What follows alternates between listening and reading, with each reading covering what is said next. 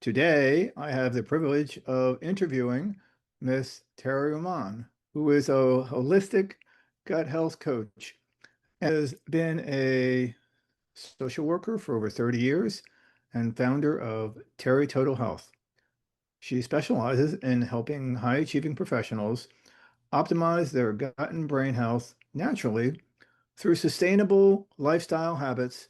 Focus on the four gut health pillars: nourishment, movement, restoration, and connection.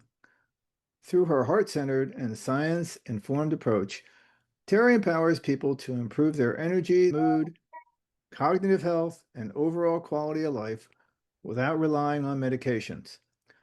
Terry's talk title today is Healthy Gut, Sharp Mind, Four Natural Pillars to Support Cognitive Health. Before I welcome Terry and gets into her topic, I wanted to at least talk about why and how Terry became the person she is today and why she is so passionate about what she does. Thank you so much, Dr. Phil, for interviewing me today.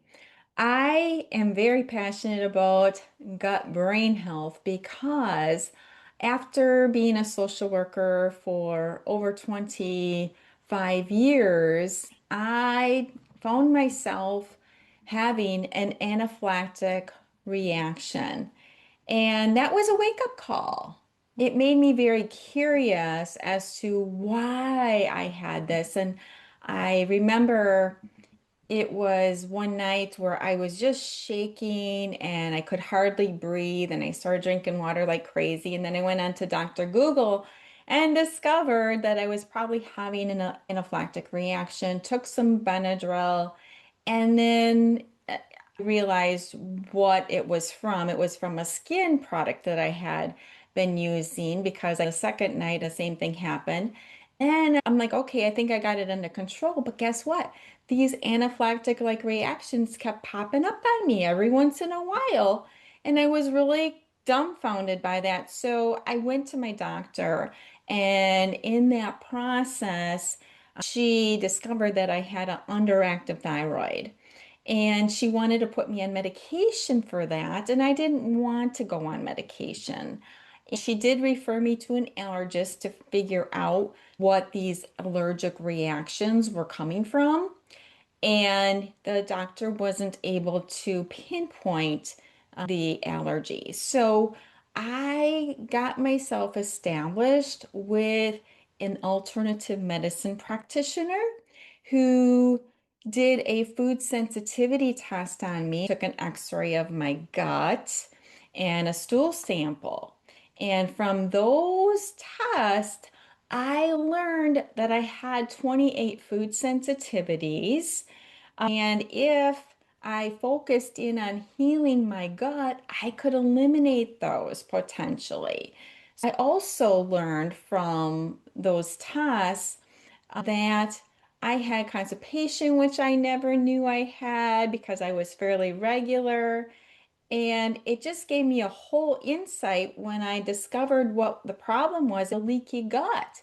So I learned from that process that I needed to heal my leaky gut in order to heal all these food sensitivities.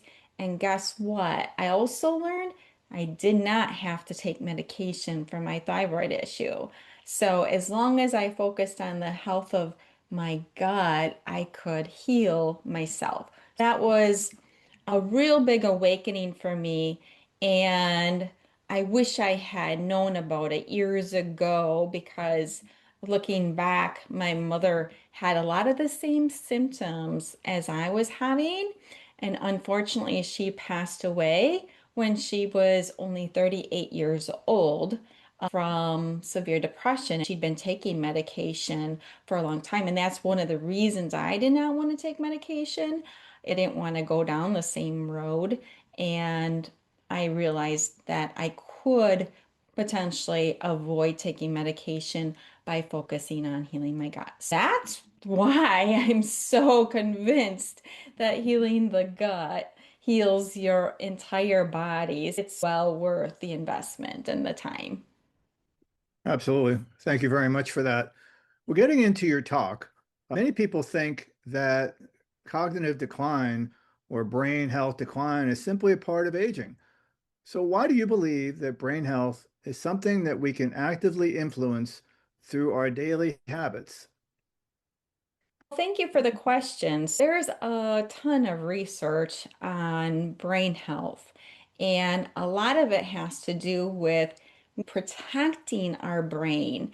They have discovered, like, for example, Dr. Daniel Amen, Dr. David Perlmutter, Dr. Peter Attia, and so many others have come to the conclusion that lifestyle habits certainly do influence brain health. And just from my own experience with having hypothyroidism and that affecting my brain, by healing my gut, I learned firsthand that healing the gut can help with anxiety that I had and brain fog. Sometimes I would have periods of dizziness and I wasn't sure where that was coming from. And all these factors were part of the health of my gut, which affects your brain through the gut-brain axis. We now know that the brain and the gut are connected through the vagus nerve, and there is this gut-brain connection that's going on, communication between the gut and the brain constantly. So that's why I'm so convinced that we can influence the health of the brain through the lifestyle factors, because personally, I have been able to firsthand see how that comes to play through specific pillars of health, such as nourishment, movement, restoration, and connection. Awesome. There's certainly been a lot of work with Dale Bredesen doing work affecting the health of people with Alzheimer's disease just by doing lifestyle types of things. So my next question is, you often say that what feeds the gut feeds the brain. Can you explain how nutrition and gut health directly impact memory, mood, focus, and long-term cognitive health? Sure, thank you for the questions. The gut and the brain are very much connected. They're communicating with each other constantly. So, whatever you're putting into your gut, we have discovered also affects your microbes or your microbiota. About 70 to 80% of your microbes remain within your gut, and they have a tremendous influence on how well you're functioning mentally, cognitively, emotionally, as well as physically. So, if we nourish our bodies with really good, healthy food, hydration, and targeted supplements, we can actually influence that gut-brain connection quite well and have more mental clarity, more emotional stability, and of course, feel much more energetic, because whatever you're feeding your gut, you're feeding those microbes, which are your energy, source of energy for you. So by focusing on putting the best quality nutrition in your body, making sure it's well hydrated, you're going to have a better chance of being vibrant, healthy, and having a healthier brain. Oh, fantastic. That makes so much sense. Feed the brain, feed the gut, or feed the gut, feed the brain. Uh, Yep. kind of goes both ways, right? Right. So, for somebody who is feeling overwhelmed, what is the simplest nourishing habit that they could actually start today that would create the greatest positive impact on both gut and brain health? I'm a huge advocate for eating real whole food, hydrating really well, and also adding some targeted supplements. So, one of the biggest things you can do is to make sure that you hydrate yourself really well, not just with plain water, but making sure you're adding electrolytes to your water, because if your water is filtered, you need to add those minerals back into your water, as well as a little mineral sea salt. Those two things are really essential when you're thinking about hydration. A lot of people don't add the salt to their water, and unfortunately, that's gonna make the water just go in and out through you pretty quickly. So when you add, for example, a little bit of salt, that will help to hydrate your cells. The salt helps to get the hydration right into your cells. So that's key. And if you're focusing on eating healthy fats, healthy proteins, and fiber from your fruits and vegetables, you're going to have a really good first steps into good gut health. So focusing on eating real whole foods, your meats, eggs, nuts, seeds, fruits, and vegetables, and your healthy fats, perhaps butter, ghee, olive oil, avocado oil, and avocados. That's what I would have you focus on first. That sounds good. You're laying a lot of pearls here, so people should be taking notes. So our next question is you describe restoration as more than just sleep. What does true restoration actually look like for the brain and the nervous system? Restoration does include to prioritize sleep for sure, because a lot of people do not do that.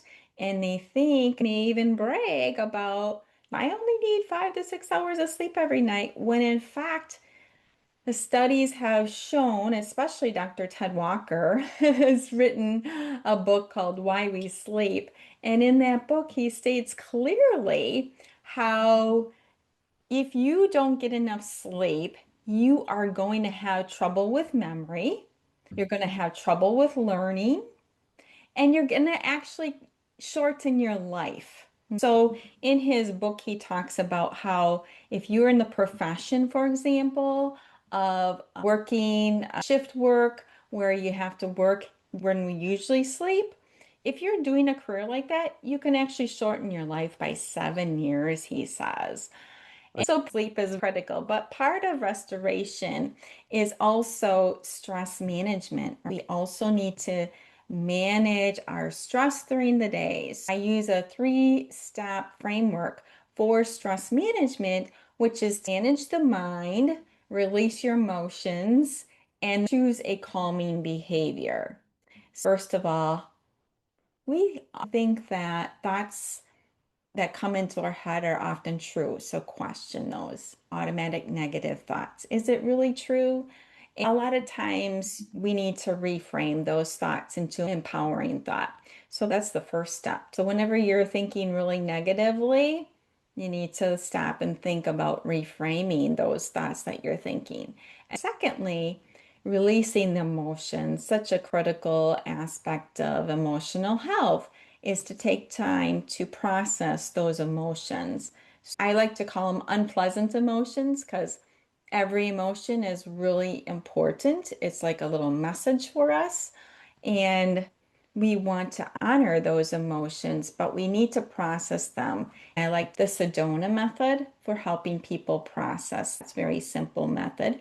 Then the third step is to choose a calming behavior. So for example, doing some deep belly breathing can be really effective for helping to calm yourself down in the moment, or taking a walk outside, or connecting with a friend, or petting your cat or your dog, or whatever you want to do. But it's critical to take the time when you're noticing yourself starting to get irritated or angry to start choosing that calming behavior.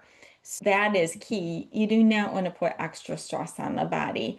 All of that extra stress is going to increase cortisol, and when we have high cortisol over time, that is going to lead to oftentimes weight gain and liver issues. So we want to be mindful about our stress and managing it well. Awesome. That's really quite well described and makes a lot of sense. Thank you. Can you briefly walk us through your three-step stress management framework and explain why it's so effective for calming the nervous system? Well, it's managing the mind, releasing the emotions, and choosing the calming behavior. If you focus in on those three things, you are naturally going to help reset your nervous system, especially as you do the deep breathing. Because when you do that deep breathing or even humming, it'll activate the vagus nerve, which then helps you to calm down. We want to activate that vagus nerve. So deep breathing is one of the essential keys for that. That's how you would use the framework to regulate your nervous system. Maybe you start with your thoughts. If you are thinking negatively, you may start wanting just to write those thoughts down so that you can reframe them in a more empowering way. Because we know that part of health is focusing on positive things in your life and being grateful for what you have. Most things that irritate us, we can handle better. We can handle more with grace and ease. But it's like any other thing, you got to practice it in order to embody it. Oh, for sure. It's hard to keep away negative thoughts sometimes, and it's a good exercise to try and keep negative thoughts out of your mind for 24 hours, which is quite difficult, but that's something you can work on as well. So the next question is, you teach that connection is essential for brain health. Why do relationships and emotional connection matter so much for cognitive wellness? The main thing we found out when Dan Bittner did the study of the blue zones, he discovered that it wasn't just what people were eating, but for example, in Sardinia, Italy, they have discovered that connection is key Mm. to a long, vibrant life. So I really strongly advocate for connection with not only other people, but starting with yourself, because the relationship you have with yourself is going to have a ripple effect in how you interact with other people in your world. If your relationship with yourself is negative, if you're not having really good self-image, self-esteem, self-worth, then that's going to have a ripple effect with the people around you. So, spending time getting to know what your life purpose is. Who are you as a person? Every day, starting out with a practice of, am I in alignment with who I am becoming? Every day we're evolving, if we want to be, evolving into better human beings, right? So the connection with yourself, that'll have a ripple effect in the connection with others.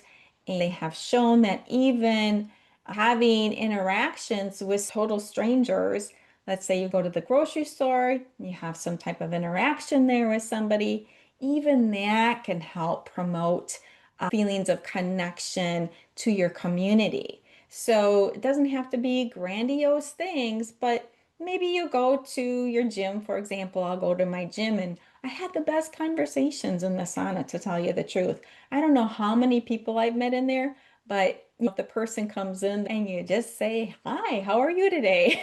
That often starts some type of conversation. And boy, oh boy, does that increase your endorphins and your serotonin, these neurotransmitters that help to feel more connected to people. Then I say, are you connecting to your higher purpose?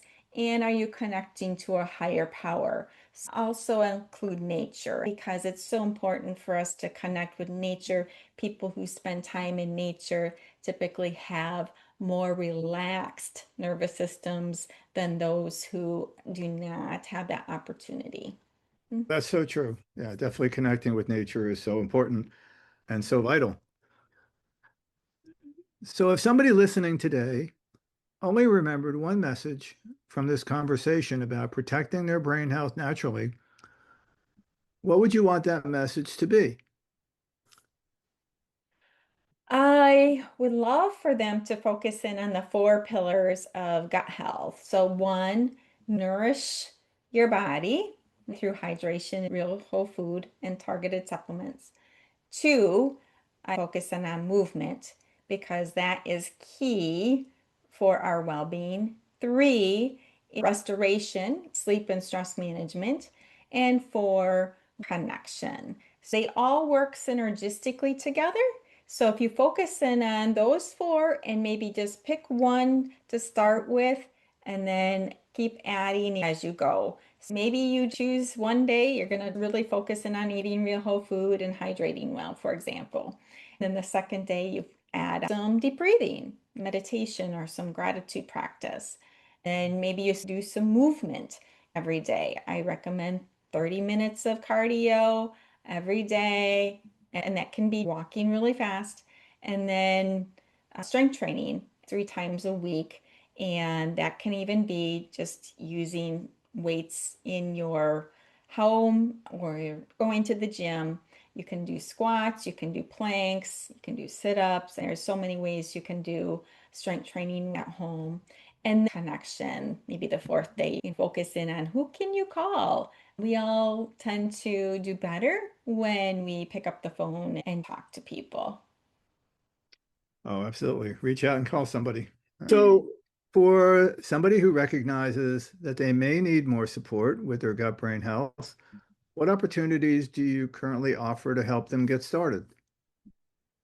So I have a program called the 30-Day Healthy Gut Challenge, and it really focuses on helping people, guiding through week by week, focusing on healing their gut. So that's one program that I offer. This summer, I'll be offering a 3-month program called Slimmer, Stronger, Sexier You, which takes these 4 pillars and helps you to implement them more slowly. I've realized that when people have opportunity to implement things more gradually, they have more success.